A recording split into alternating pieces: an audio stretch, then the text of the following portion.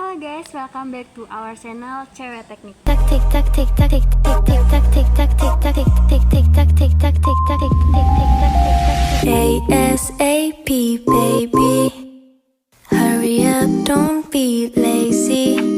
Jadi di konten kali ini kami bakal ngebahas atau ngejelasin program yang udah kami buat. Nah, sebelumnya terima kasih yang udah gabung di Zoom ini. Jadi ini first time channel kita live stream di Zoom, dan yang buat yang belum berkesempatan hadir di Zoom ini bakal kami upload di channel YouTube. Sebelumnya buat yang belum kenal, saya Chandra Karima Pasifika, mahasiswa Teknik Untirta. Sebentar ya guys.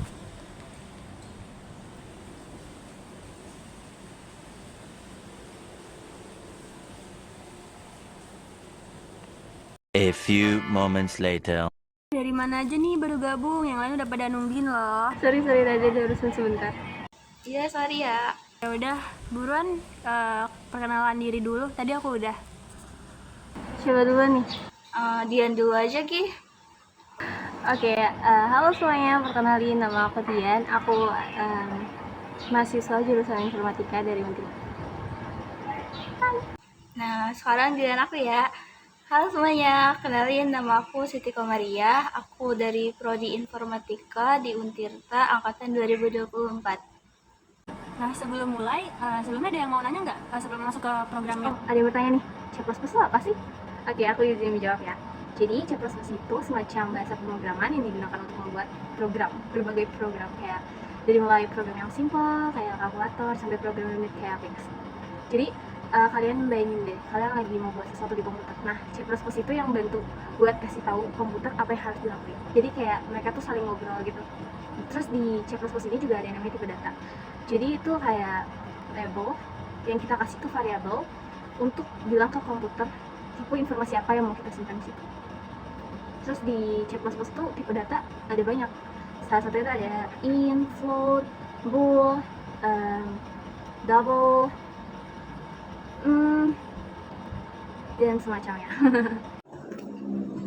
Ada yang nanya lagi nih, kenapa sih bahasa C++ itu bisa ada? Nah, oke, jadi aku jelasin ya.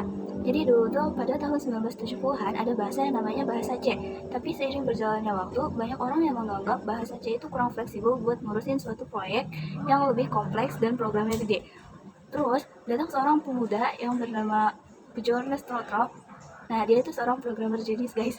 Lalu, pada tahun 1980-an, dia itu ngebuat upgradean dari bahasa C yang lebih canggih. Nah, bahasa ini itu dinamain bahasa C++. Nah, jadi intinya tuh bahasa C++ itu merupakan upgradean dari bahasa C. Jadi gitu guys, udah ya. Oke, buat yang masih mau nanya, sesi pertanyaannya ditutup dulu ya. Sekarang aku mau ngejelasin program yang udah kami buat tentang pendaftaran pasien rawat jalan yang disimpan di file txt. Nah, oke, share screen dulu ya.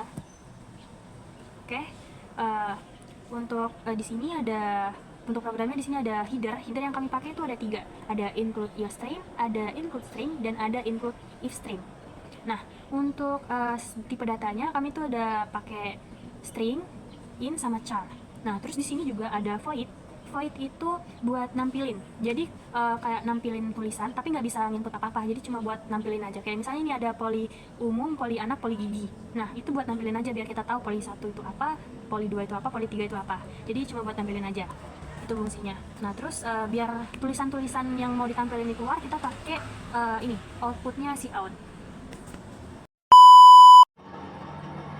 Guys, Canda kayaknya jaringan lagi nggak bagus, jadi aku izin lanjutin ya. Di sini kita ada outstream file output. Ini kita buat nyimpen data ke file. Kita nyimpen data pasien ke file data nscore pasien.txt. Jadi data yang diinput bakal disimpan di file itu biar nggak hilang dan bisa dibuka lagi kapan aja. Terus di sini kita juga ada chain.